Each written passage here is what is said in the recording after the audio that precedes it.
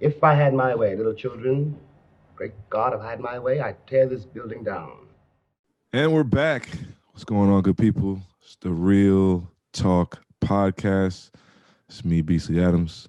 Got my boys with me. And we're here for a film review on the documentary I Am Not Your Negro.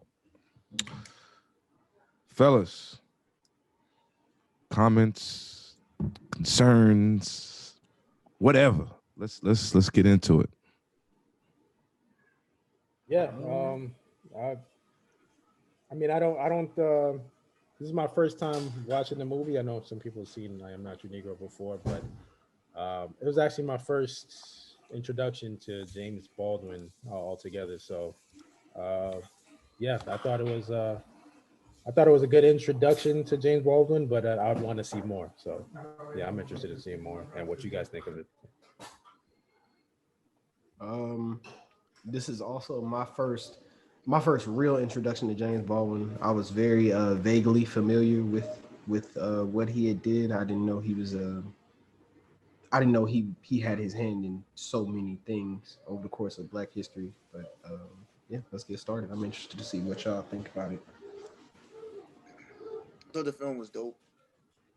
I've been a fan of James Baldwin for a little while now because I have seen this film when it came out. Doing school projects and stuff like that. So I am familiar with the film. I'm familiar with James Baldwin.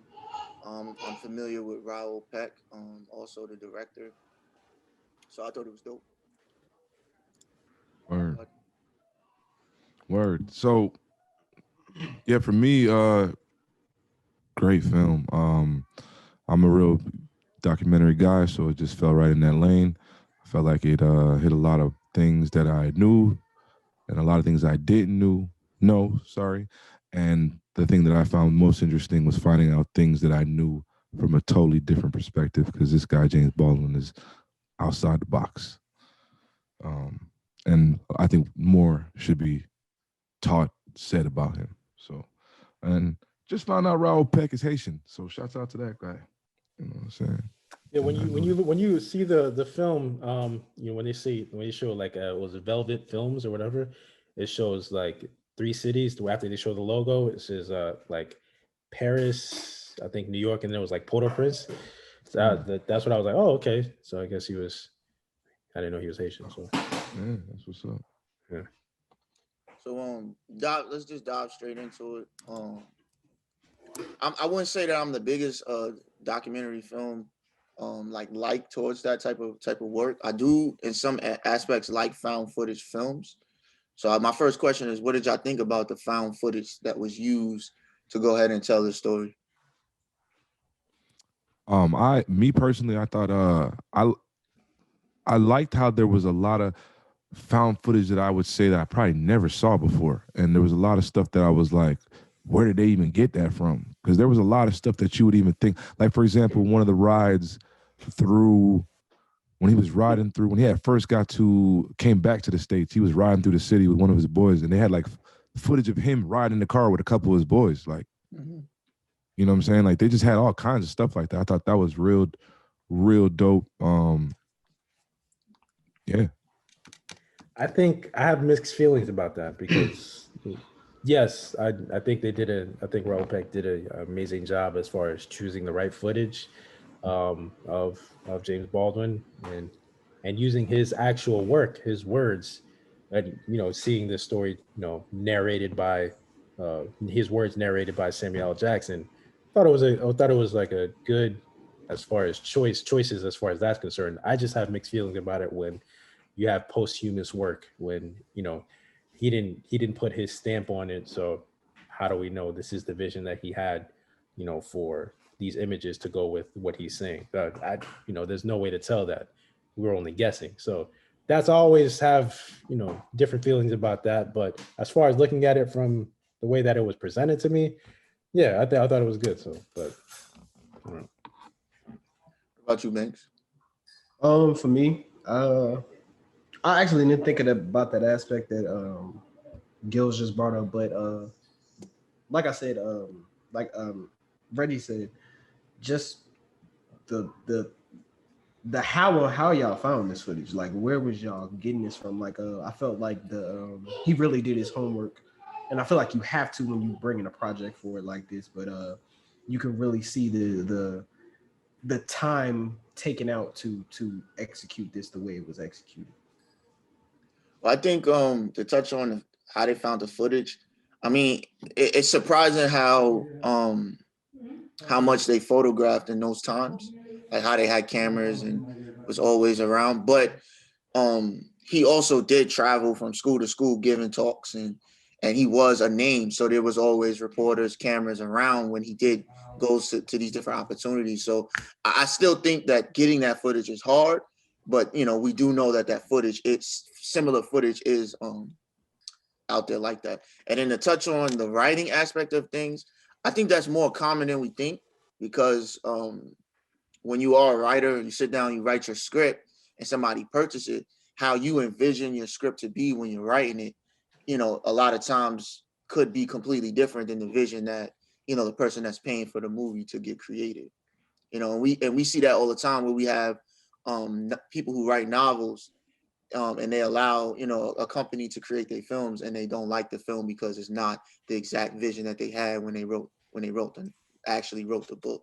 So I think that's a common thing, and it kind of doesn't take away from what was put down on the screen in a way. I get what you're saying, but I just don't see it like exactly the same. If you have like a work of fiction or a screenplay or a book you're adapting, or even if it's based on somebody's real life, and you make a screenplay about it, yes, there's certain things the director has leeway to change in order to fit the film. This is directly from books, from footage that we've seen of him, that I don't know if this is something he even had commissioned that he wanted a movie about. There's certain things that people don't want filmed again. I'm not saying that's that direction for him. I'm just speaking in general. I don't know. We'll never know. He died in 87. So He was writing memoirs. So that's pretty much what it came from. He was writing memoirs, and he died before he finished the memoirs. Now, like I said, I don't know exactly if it doesn't, from my research, it never showed that he wanted to make it a film, but it was something that he was going to put on paper and put out to the world to read. Right. So it just didn't finish. So I do agree with the idea that it might not have been exactly what he thought it might be, but I think that's the interesting part of what it is of when we do make films about the Malcolm X's and the Muhammad Ali's and all of these great individuals that have passed away, because we're taking what was presented to us, and then we're creating our own individual stories based on the information that we're provided, if that makes sense. Right. So found footage is a thing that that happens a lot in documentaries, as we already know. Another thing that I found that was really interesting was the approach that they took with doing the documentary. So I noticed from the jump, because I watched this one documentary called A Thin Blue Line, and it had a similar feel to that documentary. So what I liked about it was it seemed like it was a court case, right? So they took all of this evidence and put it forward for us as the audience to judge, to be the jury, to be like, this is what America is. This is how America treated us. This is the story of the Black experience from this perspective. And now here you be the judge. And I've seen a lot of those aspects that I've seen in A Thin Blue Line. I don't know if y'all have seen A Thin Blue Line. I do recommend it. It's not a black film, but it's a dope documentary. It has a lot of aspects of that where it's a court case and I'm presenting you evidence. Is that something that y'all caught on, or how did y'all see the perspective, how it was presented? I think it was the combination of showing the found footage of the time that he was alive, and then the words that he was saying, like even during the interview at the Dick Cavett show, things like that. And then you would just see the director just put images of what's going on, in the current time, as far as like Ferguson, what's happening in Ferguson, what happened with Trayvon Martin, all those things that are current today that we're maybe more familiar with. I think that's kind of, the how we were able to judge, what he was saying, how it's still applying to today. But I mean, I don't think it was something where it was asking you to, now you be the judge. I think it was in your face. It was just like, these are the facts presented to you. I don't know how you can dispute them.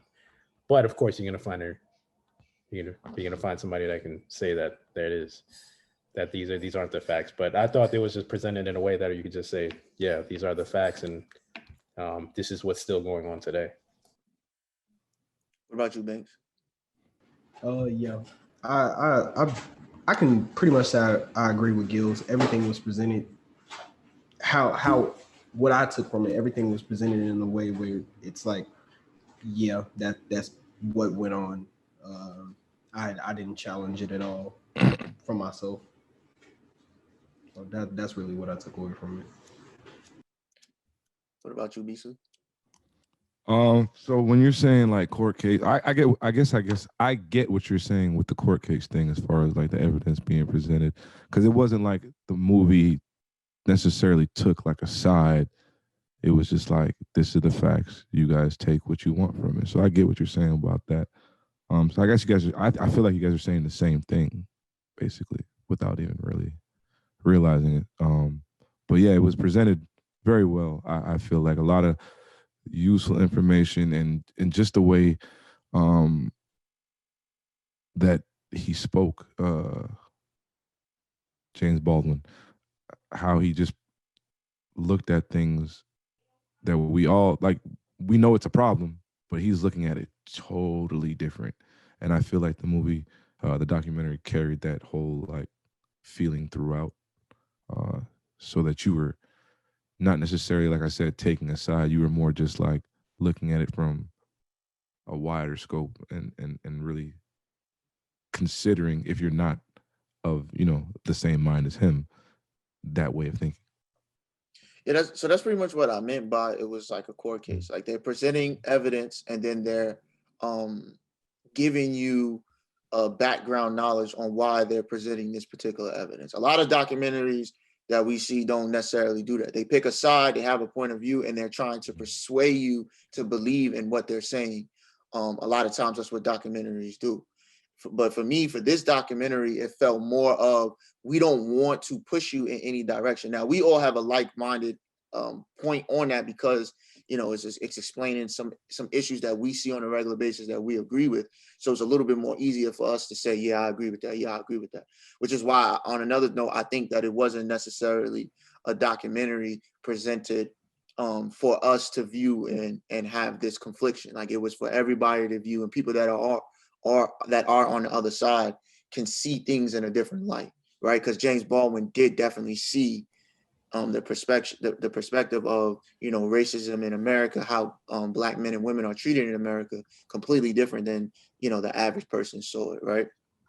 So I'm with you on the man, my fault. I didn't know you could keep going. And then I was just gonna say, and then that's why I felt like they kind of jumped back and forth from present day issues that we're having, and then issues that they had in the 60s and throughout the 60s, and how the only difference between them was one was black and white and the other was in color, right? So that's kind of why I asked, how did y'all see that perspective come? I'm with you. The only thing is that, as far as if you're presenting a case, you want the other side to be argued for it. I didn't see much of that in this film, other than maybe like the Yale professor at the Cavet show, where he James Baldwin gave it to him. He gave it to him like straight raw, no chaser. He was telling him exactly the experience, because he was saying a lot of BS, the Yale professor. So when it came time for the Yale professor to rebuttal, it cuts and it goes to the next clip. That was the only thing I'm saying. Like, okay, I was interested in seeing, more of the other side. If we're going to present this as an actual case study, then yes, let me see exactly both sides. Yeah. But go ahead. I'm not So saying I would think that the other side would be the footage of, like, white people saying the real stuff that they were saying back then. That would be the other side of the argument. James Baldwin is giving you his experience, his words, and they're showing you different things. And the other side would be like when they would show you the clip of like a movie, and it's like 4 white women walking down the beach together and everything is lovely, and you see a plantation home in the background, and that's their perspective of life. You know what I'm saying? So that would be the flip side of what James Baldwin is trying to, and this film is trying to point out, as far as the overt racism that occurred at that time. What is it, 19 whatever, 60 something, 70 something, and it's still the same issues, even though it's being hidden or put in your face. Yeah, I'm with you. I'm not saying I want to hear from the other guy. I'm just saying, if we're presenting this as a case study, if you want to show that, then you would have to have somebody's voice to, So you want to hear somebody talk about it? I don't. I personally do not. Oh. I'm more interested in hearing about what James Baldwin has. Yeah, that's what I'm saying. Like, I'm saying is that they took the side, they took the point of one side of the case. Not saying that the whole film is presenting a case. I'm saying they're presenting their side of the case, right? So pretty much a white man sitting down watching a film, he has his own perspective of what happened in this information, right? So now I'm challenging you, and here's my evidence and everything I have to switch to have you understand this side, if that makes sense, right? So you got 2 lawyers. I'm only gonna present you my side of the story. I'm not presenting my side and your side. That's kind of how I view that, if that makes sense, right? So I didn't view it as like the whole film is the whole entire case of it. It's just one person's perspective of this, and he presented it as if he was a lawyer in the court, and here's my evidence, here's my side, now boom, here, what do you have to say? How does this true information just now challenge your already perspective of what you already believed and saw in education and stuff like that? Plus I felt going into that, like with that entire argument, I felt that with him presenting his case, I felt they cut, like, for instance, you're spot on them cutting off the Yale professor. I felt like they cut him off because we've heard what the Yale professor has said so many times in so many different ways. So it's kind of like, I felt like this documentary was more so leading into giving us James Baldwin's perspective of everything against information we already know. So it was kind of like I felt like I've never seen that clip before. I'm pretty sure you could probably find it somewhere, but I don't feel as if we turn it on, there's going to be any surprise to what we think may have been said. Also, why do you think he left that? The director left that in there. Is it saying something against, there's a lot of people that deal with, in high level of academia that, that think this is the right way, but even they can be wrong.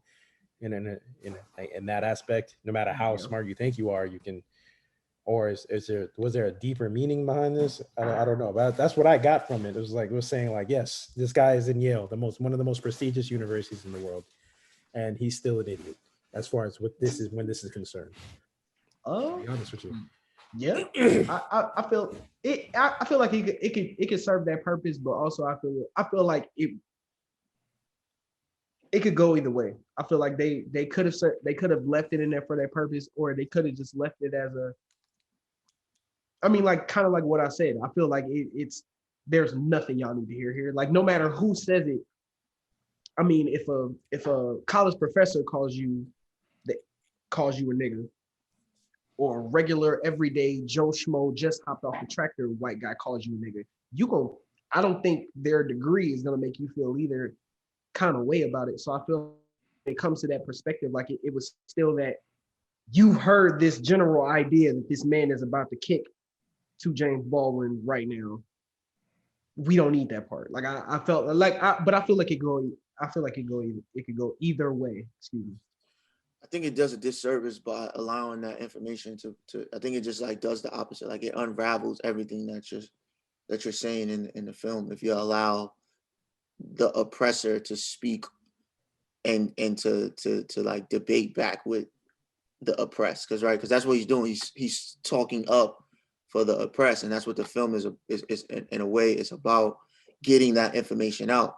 But if you get that information out and then you allow the other side to tell their BS or whatever the case may Okay, now you're kind of like flooding the mind of the viewer of what, well, maybe I am right because now this yell, whatever the case may be. And I just think that wasn't the point of kind of what they was doing.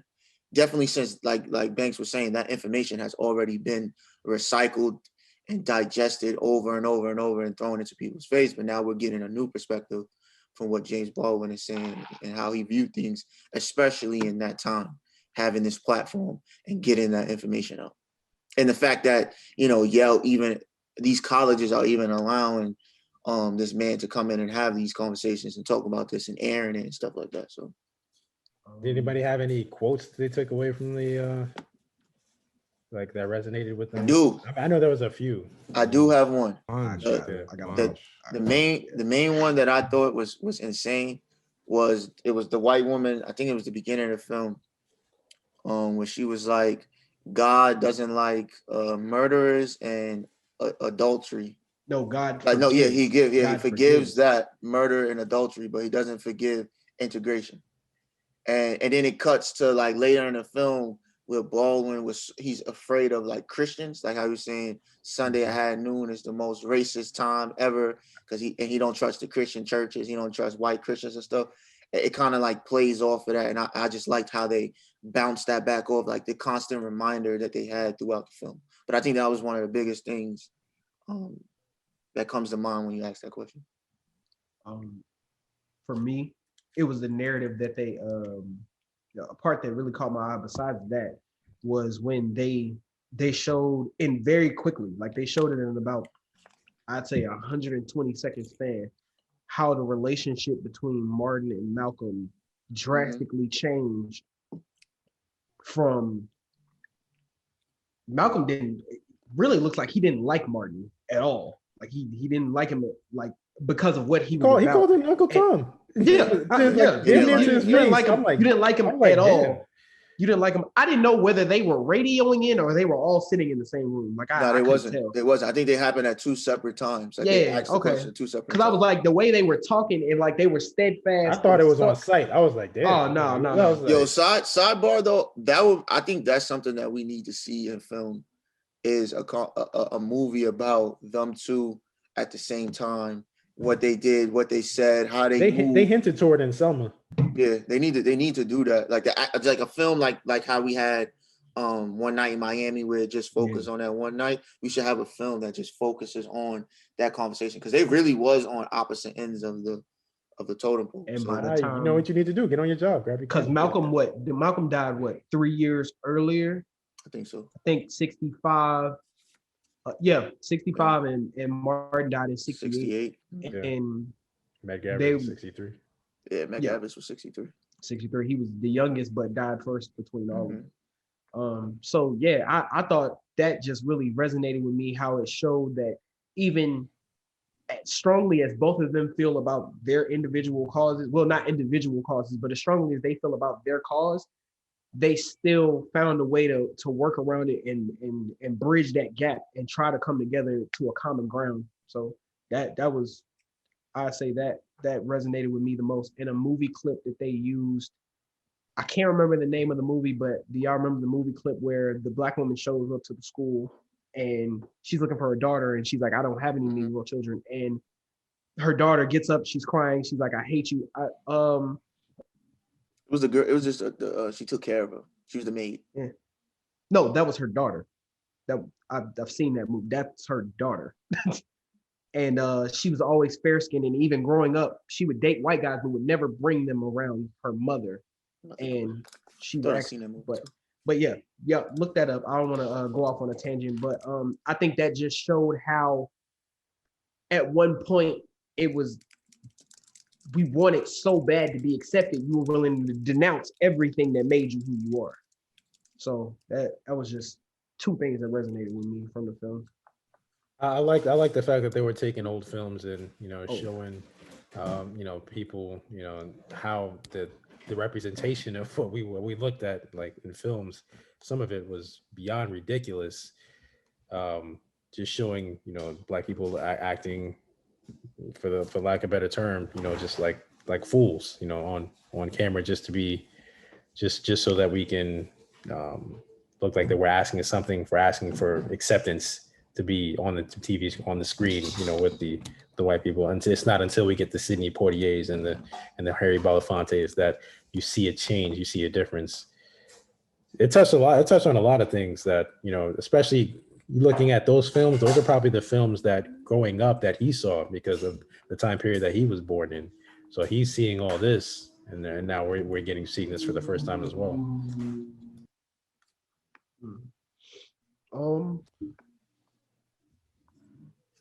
Word. So I liked in the beginning when he had that little interview with the one white dude that seemed super uncomfortable.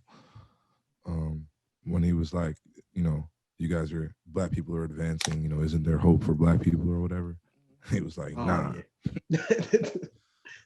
I know which one you're talking about. He's like, yeah, you're not even asking the right question, first of all. He's like, you know, basically the real question you need to be asking is not what's going to happen to the black man, but what's going to happen to this country. Because we already know what's going to happen to the black man. It's still going on. Like he just, and I thought that was that hit me hard. And I know it's right in the beginning, but that hit me hard just because it's like, dog, we're still here doing the same thing. And he said that like how long ago, bro? The screen was black and white, bro. Like it wasn't even in my time period, nothing. He said it that long ago, and we're still doing the same thing. So it like in one breath, it's kind of like, I don't know. It's just tough because it's like, damn, you kind of don't want to not have hope, but then at the same time, you're like, well, shit. I mean, is there a point? He brought up an interesting point where he was saying, you know, all right, now that you paid, now you got the cheap labor, and now that's over with. Now you want to kick us out. We're stuck here. There's nothing you can do. So now you have to deal with this. Now they're trying to different ways to kill us, just to get rid of us. That was the other thing. I thought he was saying that, you know, America has to have some integrity as far as to look within itself and deal with the issues that it's doing and not sweeping it under the rug. That's why, you know, one of my favorite quotes from that film was, you know, out there, and I'm paraphrasing here, so I may be saying it wrong, but it was nothing. Okay, so you have to, in order to change, okay, it has to be faced in order to be changed, but nothing can be changed until it's faced. So not everything that can be faced, not everything that's faced can be changed, but nothing can change until it's faced. So that's the thing that he was saying that America specifically dealing with. So, yeah, that was definitely my favorite quote. That's something I definitely gonna keep with me from one of his writings. Okay. Does any go ahead? I'm sorry, I didn't mean to go ahead. No, you straight. Go ahead. I was gonna say, does if we're talking about the film and the matter of perspective, because clearly it's from his perspective, and you know, where the way that Raoul set it up, you know, how he originally wanted to talk about coming from, you know, going from Medgar Evers to Martin Luther King and Malcolm X to show that there are 3 points of views and it clashing. But we end up, because he didn't end up finishing that book or those notes that he was writing, only wrote 30 pages, right? That we ended up seeing just James Baldwin's point of view. So does his point of view as a black man, is it something where, does it make a difference that we just see his point of view as a black man, or does it matter his sexual orientation? Because I thought that's important. There's a difference between being a black man and then being a black man who's also something else. You know what I'm saying? I don't think it should. I don't think it should matter. However, your viewpoint will be different, though. I have to say. No, I agree. I agree with that. What you're saying, I'm not disagreeing. I'm just saying, like, you know, it shouldn't matter. I think it's more of a societal thing and why it even does matter. Just because of the way people are treated. 1 being black, 2 being homosexual. I mean, that's a double whammy, especially coming up in that time for him. Like I said, should it matter? Hell no. I guess what I'm asking is why do you think that the director did not hint at that? Why did he just skip over that? Why did he just skip over that? Yeah. Because once again, I think it shouldn't matter. Now, could he have thrown that in there and maybe used that to help further show like, you know, what James Baldwin was actually going through during that time? Maybe, but I don't know that that necessarily would have went, or people would have received it well, or maybe even it might have even taken away from him just because of the way things are and the way, like I said, the way society is.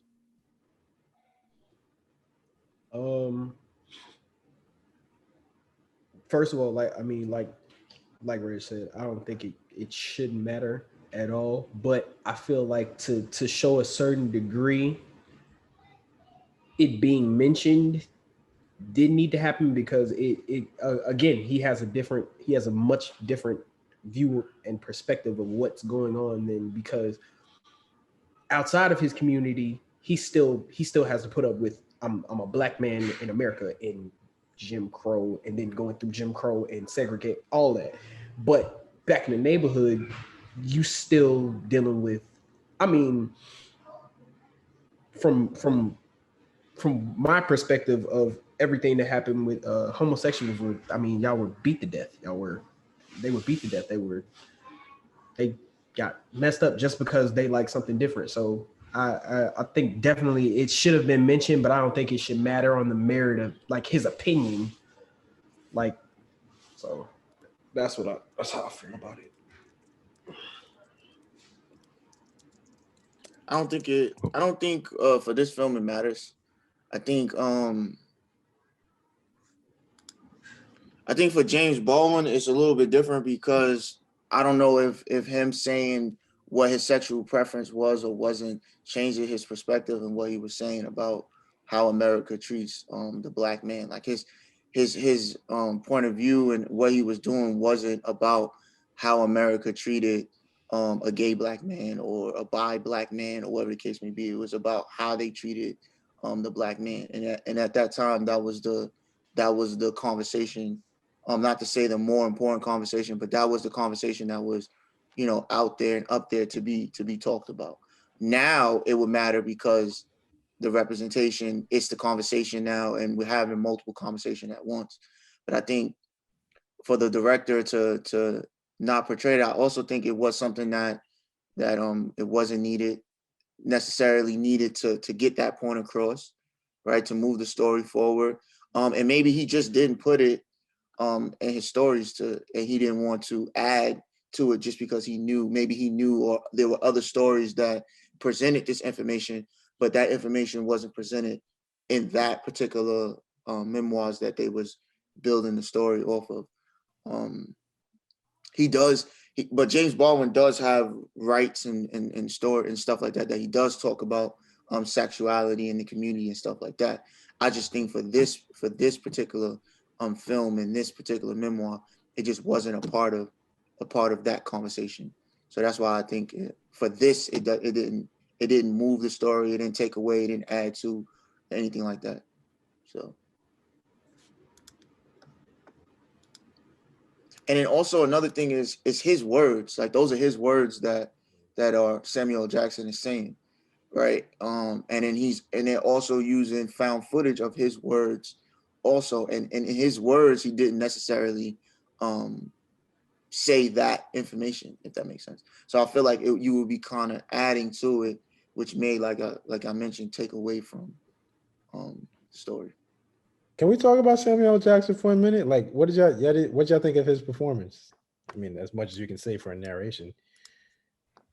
He was so somber and like calm. I didn't even know it was him at first until like key words kicked in, and I was like, and so I looked it up, but I didn't even know that was him at first. You thought he threw a mother. You thought he was gonna say that? You know, it's not a Samuel L. Jackson movie until he says it. Exactly, but I didn't know it was him until he like he would say key or very specific words, and I was like, who is that? And I looked it up, and the range. Yeah, kudos to Samuel L. He didn't sound like Samuel L. So I thought it was, and like you said, Banks was saying about the his somberness and his tone. I feel like the way he spoke it throughout carried the whole vibe of the whole it matched the vibe of the movie. So he did a great job, I think. I felt like I was reading. He was like reading from directly James Baldwin's thoughts. Like he encapsulated exactly the tone that I would imagine James Baldwin would, would say the words that he said on paper. Again, I have no idea. There's no way for me to tell. I've never met James Baldwin, not clearly, but the way I think the choice for James Samuel Jackson is an interesting one, but it ended up being a smart one. I think he bodied that. I think he killed that. I didn't know it. I mean, obviously Samuel Jackson's in everything, so am I surprised? No, but at the same time, I didn't see this coming for him as far as this type of narration. So, it was dope. I mean, I think it was dope too. He has an iconic voice, so it was easy. I don't think it was I couldn't say that it was difficult to know, like, oh, that's Samuel L. Jackson, and I'm looking for other things, but mainly because I was just caught up in what was actually being presented. So maybe it was just a little bit bigger than, oh, that's Samuel L. Jackson. Where's these certain punchlines or whatever that we always hear from him? But I do agree with the tone. Like his tone was just perfect for the whole entire film, just the way it flowed and everything like that. So I also think he bodied it too. You could have went super cliche and went Morgan Freeman on it, but nah, they kept it Samuel. Could have. Yeah.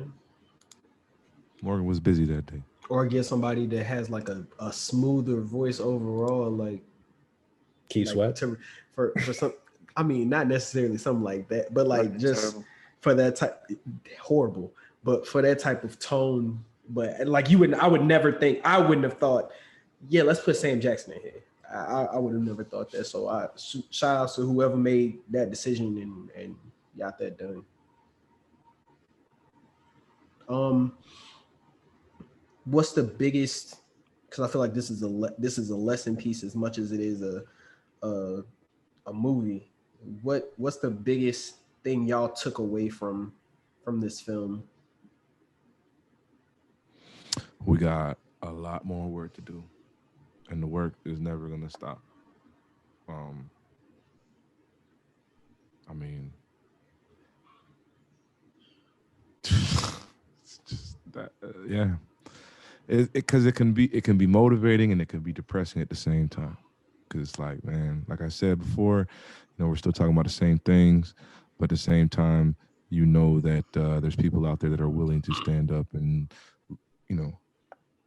lead and show different ways. My only thing is right now is I don't know who it is, and I hope it's not the rappers that we're waiting on and that kind of stuff. That's my only thing right now. I feel like all this stuff cycles. We do all this stuff over and over again as far as marching, and we have a leader. Well, I haven't seen that prominent black leader in my generation since I've, the last, big leader we have are these guys that we're talking about now. So it's been about 40, 50 years. But why would you be opposed to being a rapper? Nah, bro. Because here's the problem. Because here's the problem, and I'm a fan of rap music, so it's like I don't even know why you'd even ask me this, but let's keep it at 1,000. A bigger percentage, and I'm not going to throw a number out because I don't want to sound crazy, but a bigger percentage of rappers talk about the BS. Ain't nobody talking about nothing. No, don't make that face. A bigger percentage of the rappers right now, content-wise, is talking about money, cars, clothes, and hoes. Yeah, not but you said you're looking for a prominent black leader. Not you're not talking about leaders. You didn't say you wanted rappers to just. Okay, so I was gonna finish. I was gonna finish. So, with that being said, the litter pool, the pool that's left of the prominent ones that we could get that leader from is too small, one, in my opinion, and two, I don't see no promise coming out of there right now. We had a couple. We had Kendricks and the J. Coles, and we have Jay-Z's and that kind of stuff. But I'm talking about real, lay your life down on the line for the cause, Martin, Malcolm, those type of stuffs. We don't have that. We haven't had that. That's why those guys are so legendary. and we're still looking for our legendary for this generation. And once again, these opinions are mine solely, Beasley Adams. And just a side note on that, even when you do have the ones that continue to press the message, you get the, oh, he's boring, he's not like, if you listen to Pimp a Butterfly, that album is genius, but it doesn't get the recognition it deserves because of what he's talking about. He won a Pulitzer Prize. I mean, come on. I mean, yeah, he won a Pulitzer Prize. How many niggas in the hood is paying attention to he won a Pulitzer Prize? I think we're kind of getting into something else. But to answer the question, the reason why I don't think that we can get it from rappers is because these rappers are making millions of dollars, so they're getting further and further away from what's actually happening to the people that's in the street. And also another thing is, we can have motivational music where rappers are putting words together cleverly to make money and pushing agendas, but that's not what these activists of the past did. Malcolm X wasn't in the studio making a rap track to push, Black excellence and stuff like that, right? So that we need individuals, which I don't agree with the fact that we don't have people. We just don't have. They're just not at the level of the Malcolm X, because that's what I'm trying to say. I just think what they do now is they just pay them, like, here's some money, shut up. Back then they killed him. Now there's more of a, like, yo, you making millions of dollars, what more do you want type thing, right? But we do have the Killer Mikes that's out there trying to push narratives. We do have I forget the other rapper that's from the South. What is it? David Banner. David Banner that's also doing things like that.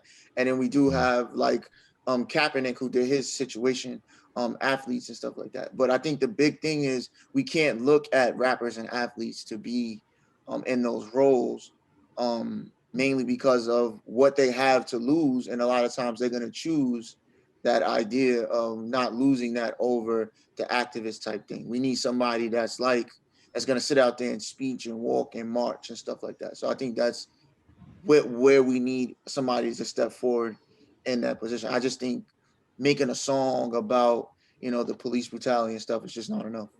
And that's usually where they stop. I hear what y'all saying. I just, I respectfully disagree. I'm just talking about in general, anyone that is in any prominent role that uses their voice, not only just to make profit, but to actually to push the cause forward. It can come from anywhere. It can come from any walk of life. It can be a rapper, an athlete, a lawyer, a politician. I don't think we should limit it to, hey, they have to look this certain way, they have to talk like this, they have to have this kind of job in order to get us to get where we need to be going. And I don't think we should be looking to any one person to be doing it anyway. I think we should all chip in anyway. I don't think we'd have to have somebody, as far as the poster boy, the person that's on camera, because look how that's turned out for us. They end up being killed every time. So I think we all have to chip in and do our part. So go ahead. I'm sorry. Continue. But you still. And I know we're segueing away from this. I know we're segueing away from this. I just wanted to get my 2 cents in. Go ahead. Oh, okay. But so yeah, I just want to add one last thing about that. I don't want to make it sound like there aren't activists, and Xavier, you mentioned some real good ones, and those dudes are doing some real big things. I guess the thing that I'm really more trying to say is, who is that? Because I strongly believe that you still need leadership. So yeah, I'm still trying to figure out who is that one guy that can captivate everybody and when they say, let's do this, everybody moves. Yeah. It could be anybody. No matter what. We don't have that. He wasn't. I don't feel like Beasley was saying that it can't be a rapper. He was saying that there just aren't any that he sees that's going to step up to that point. It could be anybody. I agree. It could be anybody. The odds of it being a rapper is very low because we just haven't had that caliber come from that pool of people. And I was saying because the money strings out a little bit more, right? Like, are you going to give up? Like, are you going to do the Kaepernick? Like, are you going to be Kaepernick? Are you going to give up these opportunities, these $1 million checks to sit out here and fight? And then another thing is, I think eventually at some point they get too far from what's going on. Malcolm X, Medgar Evers, Martin Luther King, they were in the circle. They were there.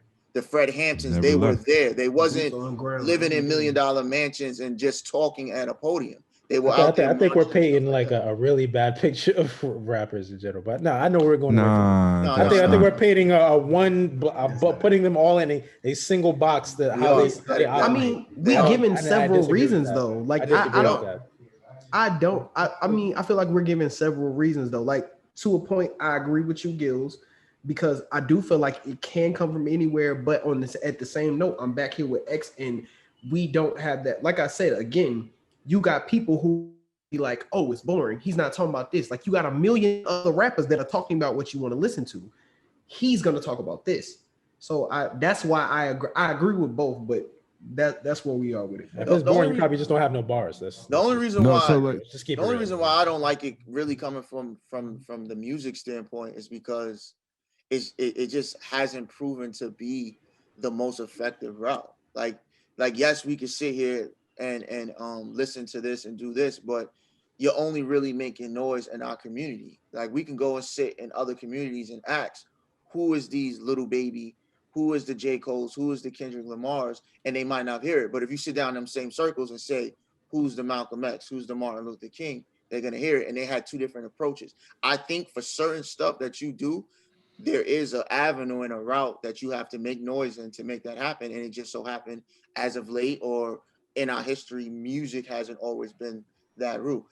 Now, if we was talking about something different, like the uplifting of our people, get us to come together, then yes, I agree. Music is a beautiful way to do that. But in the form of what we're talking about, if we're talking about the same thing of having that person that stands up there, like these individuals that we've seen in this particular film, I don't think music is the route for that. All right, last word I'm going to say on this because I hear exactly what you guys are saying, but I think it's going to be a politician or a preacher or anything? I don't. I think it's going to be something unconventional, like somebody who does music. It doesn't necessarily have to be somebody who raps. It can be anyone, is what I'm saying. And I don't think we should get away from having people afraid to have side hustles or make money to support themselves or to support their cause. And if you make a certain amount, then you're not down for the cause. I think TD Jakes is a millionaire. So like, what are we saying? He's not for Not the God or best whatever. example. I don't know. I don't That know was a enough terrible about TD example, Jakes. but that's No, not what don't do that. That's not what I was Why? saying. What happened with TD Jakes? That's a We'll bad talk about it example. later. man. It's just a bad example. We'll talk about it Don't later. bring $1 million church Put it guy. like this: Come you on. did not Let's go. prove your Next. point. You did not Let's prove your go. point. Keep with moving. that. did. Yeah, I'm just saying, Okay, people. so you can missed. I go ahead. Go ahead. Go. Yeah. Everybody. Okay, never mind. Let's go. Let's continue. Go ahead. Now, Let's move on. what I'm saying is like, for example, like This dude just a must be a sidebar. rapper I had or a conversation with my mom's when the Kaepernick thing first popped off, right? What I'm saying, who would have thought that would happen, right? That's right. What I'm Right. saying is we don't have a lot of people like Kaepernick, right? We Because Kaepernick was in a position where he was cutting $20 million checks, right? So there's a dude on that. Like if you look at a 53-man roster, there's only 5 players maybe making that kind of money, right? And you also got to remember that these players, these athletes, these rappers or whatever, if they're not actually actively doing it, they're not making money. Like for sports players, if you're not actively playing, you're not getting a check from that team, right? So you have dudes that's only making $300,000-$400,000 a year. Only when they're playing, they don't have the type of funds or the type of money to be like, yo, I'm gonna sit out and get fined $10,000, $20,000, $30,000. Like for every example, game. yeah, like I watched a podcast of Ocho Cinco. Over his career, he said he got fined $2 million. Over his career for celebrating, just celebrations, he got fined over $2 million over a 13-year career. There's NFL players that don't even make that amount of money in their career, however span.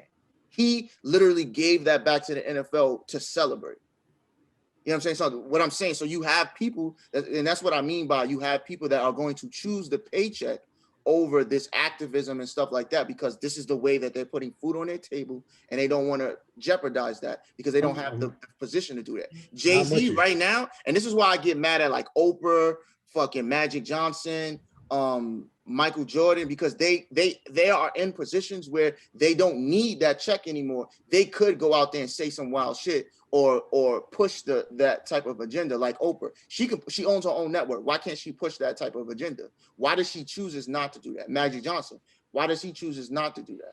is what I'm saying. So we have people that can be that Malcolm X or that Martin Luther King or something like it, but they'd rather take the check or for whatever reason, then maybe they're not the type of people, whatever the case may be, they'd rather do that is what I'm saying. So that's why I say I don't look to Kendrick Lamar and J. Cole to do that, because they're making, compared to some of these other people that could be doing it, like the Oprahs, the Pennies. Magic Johnsons, they're making pennies to them. So yes, I understand that J. Cole might not want to say something because he got money that's coming in that might hurt that, right? But Magic Johnson, Oprah Winfrey don't have that. Why do they have that problem? They're all billionaires.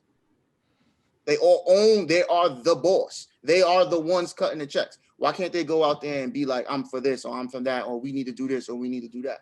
So that's what I mean by it. Yeah, I get what you guys are saying. I'm just saying in whatever. I'm moving on from this point. Thank you. I feel like I'm Rappers- talking in circles. Thanks, bro. Because you guys keep saying J. Cole and No, I and feel Kendrick like, as if the rapper that we're talking about, or the person that's going to do it, is actually in front of the camera right now. No, He no. might not even know they exist yet. No, That's that's not what what I'm saying. It can be I'm not looking at towards a teacher. I'm not looking towards a preacher or a politician. I don't know who it is. It's going to be something unconventional. Yes, we never said that it couldn't be anybody. Like it could. We never expected Kaepernick to do what he did to begin with. Right. So but what I'm saying is I understand why he that. did it. I'm understanding why Kaepernick was able to do it, but why the black kicker wasn't able to do it, because he's not making Kaepernick money. And the reason why I'm backing that is by saying, because people generally would take the check over doing the activist type of thing. And they just do like community. For the record, Kaepernick is still he's still getting his checks. Like, let's he's not getting anything. Yeah, but it wasn't guaranteed he wasn't. I understand, but I think we put a stigma on people who make money. Like, nah, you can't. You're not down. We didn't put that stigma. They put that stigma. I'm just saying in general, like people put, that stigma on. Like if you make money, you are not down for the cause. So all right, can I just give a little something for the rappers? For the rappers, I believe you guys could be leaders. A guy like, rest in peace, Nipsey Hussle, had he not passed away, I would consider him one of those type of people that maybe could lead a revolution. But we never know. We don't know what that would have came out to. But the stuff that he was doing is, that would be trending towards what we're talking about. But are rappers doing what Nipsey Hussle was doing? How many rappers? Can you name some rappers that do what Nipsey was doing? A lot. Yeah. Maybe 2. Who? Maybe I said maybe Jay-Z, right? Yeah, Jay-Z, right? Yeah, I know. And we see what Jay-Z's doing. He's getting people out of jail and he's putting up money and all that kind of stuff. But that's what I'm saying. So the other thing that I would say is, like I said, about the person that we don't have that everyone just gravitates to, and when we say go, they go. What did Donald Trump just do like a month ago? Facts. We don't have that in our community. That's what I'm trying to say. He said he didn't even directly say it, and they moved. Said BS, right? And they moved. This is what I'm saying. That's what we need. That type of power to make a change as far as race relations. And I like that you say that, because like we can take it back to the film, because that does happen. Like he says that. Like he does mention that in the film that we don't have that type of feel in our community where we're just tired of the nonsense and we're just going to take it the violent way, which is what the oppressor has always done. And that's usually my perspective, is why I always say I'm a little bit more militant than the average, is because I understand that this country is built on violence, and I'm talking to the opposite side lives in this world of don't have logic, right? So to try to speak logic to somebody who doesn't have logic, it's never going to work, right? So and we see time and time again that violence is how they get stuff done, but we always want to turn the other cheek in a way, or do it the right way, go by the rules that the other side put on us that they're not even following. Right, and he does, and that conversation is kind of talked about in the film. So, what are y'all's perspective on that? I personally think, like, I agree with you. Like, I mean, let's first of all, let's just be clear. The whole world was formed, shaped, in its current state was shaped on violence. I mean, you think back to every great civilization, most of them at the start of them by war. It was taken from somebody, taken by somebody. You have very few civilizations out there that they propped up peacefully, like great civilizations like that were like big organizations. Like you, very rarely were they, hey, you guys, let's all work together and build up this community. No, that shit is. So yes, I absolutely agree with you 100% that the idea of turn the other cheek, it gets old. Because I mean, you slap one cheek, I turn the other, you slap that one. Now we got to have it out in any situation from there, and especially when you're talking about equality and moving forward as a people. So, What you think, Gibbs? Shout out to my man's that got hit by the baton and he started swinging immediately. I don't know if y'all saw that clip. Like he was not having it. He was like, "Yeah, let's go." Anyway, but yeah, that's just to piggyback off of your, turn one cheek, it's show the other cheek. I mean, I think that at some point Christianity gets used as a weapon against Black people in order to make them more docile. Um, I don't know if that was answering your question, Xavier, but I think a lot of what was happening in the and then the film, as far as when he was talking about being more militant, being, standing up, taking more of the Malcolm approach as opposed to the Martin approach. I mean, there's just two sides to every coin. So I'm glad that he was trying to show you the Malcolm and Martin side of things. But I think the militant approach, meeting violence with violence, I don't know at what point in history have we seen that uprising from the Black community. Maybe it's coming, but I can't name a point where it was more than just a couple of days, or it was just something where we have more of a bigger sample size to see if that's a stronger approach than, say, doing boycotts and doing protests. Because I think the protests are something that now people are. You can't even protest correctly. Everybody has to criticize what you do. You can't kneel. You can't. You can't stand. You can't sit down for the Pledge of Allegiance. You have to protest a certain way. So maybe violence is the only other way. But if you do that, they say we're looting, or they say we're rioting, and we're tearing up our own community. So there's really no right way to do things. So I don't know. So my answer is I don't know. But tearing up the Capitol is fine. Though. Yeah. No. Just saying. Yeah. I mean, when you ask that question next, it's actually it's a way deeper question, because we're talking about systemic racism. The whole turning of the cheek just comes from us trying to survive. That comes from way back in the day in slave times, when, the mentality was like, yo, if we just do what they asked, we'll live. You know what I'm saying? So that's where that comes from. And that's where, Malcolm adapted it. I mean, Martin adapted it. Malcolm saw it differently.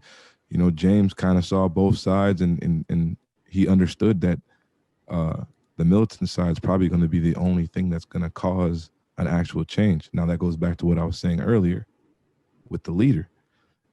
We have to have a leader. Now, what do they do every time we have a strong leader? They kill him. So if we just reviewed Judas and the Black Messiah, what did J. Edgar Hoover say? I mean, J. Edgar Hoover's been around since what? He had the job for how long? That was in the memorandum. Do not let the Black people get a Messiah. Yeah, it's an extreme. He was in the movie. He was in the. I'm not yeah, sure he was in the documentary. Yeah. Right. But that's an extreme word, Messiah. But what he's saying is, all he's saying is leader. Somebody that the people are gonna follow. Once they finally identify somebody that they're gonna follow, we're fucked. He knows that. They know that. And the one thing that Black people have on our side is that the fact of that, the whole turning the other cheek. We don't want revenge. We just want equality. You know what I'm saying? So, yeah. we have a way deeper, bigger problem to try to fix before we can even talk about, the turning of their cheek and what's militant and all that stuff, because we have to fix the problem. Like there's not even unity within ourselves. Big facts. Within ourselves. Like, When it comes to all the right, smallest things, here's a too. question. Here's a question, right? Let's say one day everything gets crazy. White people are like, get out, go home. And everybody's like, all right, fine, we out. Where you going? I'll wait. I'll wait. I will wait. I will wait, because It even some people that are, that know their lineage or whatever, they can name like 4 or 5 different places. Now, here's the other question: is where you're saying you're going gonna even accept you? First of all, they can't that's do that exactly what I was because about to say. they can't do that anyway, because they would have to get out too. Like the whole thing I is. understand what you're saying. I understand what you're saying, but what I'm saying is, even the fact that you're having that discussion to where you're like, oh, you can't come back, or you can't go there, or I'm gonna go here and that, that's the problem right there. We should all know where we're going. They know where they're going. Some of them don't. Some of them really think that they was just born and bred here. There it is. They know where they're going. They're not going to goddamn place. We can't say that. Yes, we can. We're not going anywhere. Definitely consider.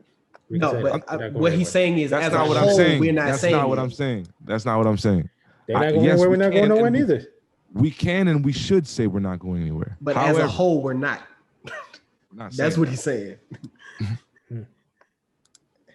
As a whole, we're not saying that all together. Yeah, we're not. We got a lot of problems that we got to fix first. You know what I'm saying? As a I community. don't think so. I think Man. somebody need to go ahead and spark this fucking civil war, get this shit over with, so we can either fucking kill everybody or be an apocalypse and it's just a bunch of motherfuckers out here fending for themselves. All right, so X, I know you're being like Facetious. mostly serious. No, you're being mostly serious. I know he is. Yeah, he is. Do you really think that's the next, Yo, not only the next step, but the only step? I think that's the only step because like you said, we're not on one side, right? So what I know from just life experiences, what I know from being in the military is leaders are like diamonds. You know what I'm saying? They're made when pressure is applied. If we're just sitting here chilling, I'm working, making ends meet, taking care of my family, there's no need for me to decide like, yo, I'm gonna be the leader of this here revolution or whatever the case may be. We don't have that mindset anymore. We've been given too much to have that kind of mindset, right? Like we have millions and millions of black individuals making millions of dollars and living a better life and not experiencing police brutality like our brothers and sisters are when they're not living in that lifestyle, right? So there's no need for us to do it, which is why another reason why I don't look up to those individuals for that type of savior, right?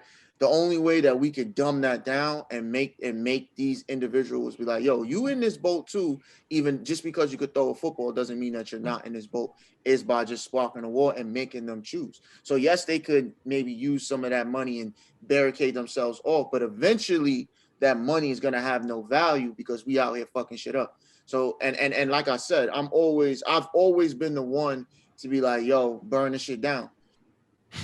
I don't agree with what they're burning down, but I agree with the idea of burning shit down, right? So I'm more of us like, why are we burning down Target when we could be burning down Court, the building? Because the whole point behind looting and stuff is to make the person who's oppressing uncomfortable, right? So now that lawyer, that judge, the city council, and all of them motherfuckers can't come to work now because the building is burnt down. So now they're saying, why did my building burn down? Now it's going to start to trickle down into the reason why it burnt down. So burning down Target is not bothering nobody who's a politician. You know what I'm saying? So that's why I think just going out here. But the thing is, we don't have anybody that's going to do that. Like, we don't have nobody that's going to sit there and assassinate and start shooting motherfuckers, obviously. But I think that's the only thing that's going to solve our issues. Let me interject this real quick point right quick to what he said. You see what they did when they didn't get their way, right? You see where they went. That's what I'm saying. They took that. They have a history. They didn't go to Target. They went to the Capitol. They have a history of that. Like they have a history of that. They know. They have a history of they know where to go to get their issues and their problems solved. Like they know they need to go attack those politicians because they have a history of that. We don't have a history of taking that route. We have a history of marching in the streets and praying and hoping that somebody would do something. What I'm saying is we need to take it into our own hands and start just violating people and let them understand that we're not happy. And what's crazy about it is that's what they do in other countries. Like for example, I seen this film. I watched this film yesterday called No Escape. I seen it a while ago, but there's a film called No Escape. With Owen Wilson? Yeah, with Owen Wilson. That's what the people did. There was white people coming over trying to take shit over. They was like, fuck that. They assassinated them and then went and assassinated their leaders of their country. Like, yo, you're not doing your job. You're not trying to help us get to where we need to get. Then it's time for you to go. If you don't want to go, we're going to kill you. And now they have to replace you. You know what I'm saying? And that's what they did with us because you cut the head off the snake. The snake may grow back, but it has to, it has to regroup now. Niggas got to start thinking of, oh, well, they took him out. Who's next? Now we're fighting in between each other. You pretty much destroy everything. But for some reason, our community, we don't want to do that. It's not for some reason. It's divide and conquer. They sit there, propaganda. They sit there, they divide us. Racism. And they make us not on the same page as far as they send alternating messages to us to make sure that we're on different channels. The light-skinned Negro and the dark-skinned Negro. It starts from there, guys. Yeah. That's where it starts. No, it does. That's where it starts. I'm not being like, I know you light skinned. It's nothing against you, but I'm saying that's where it starts. No, it's not even that. I just don't think.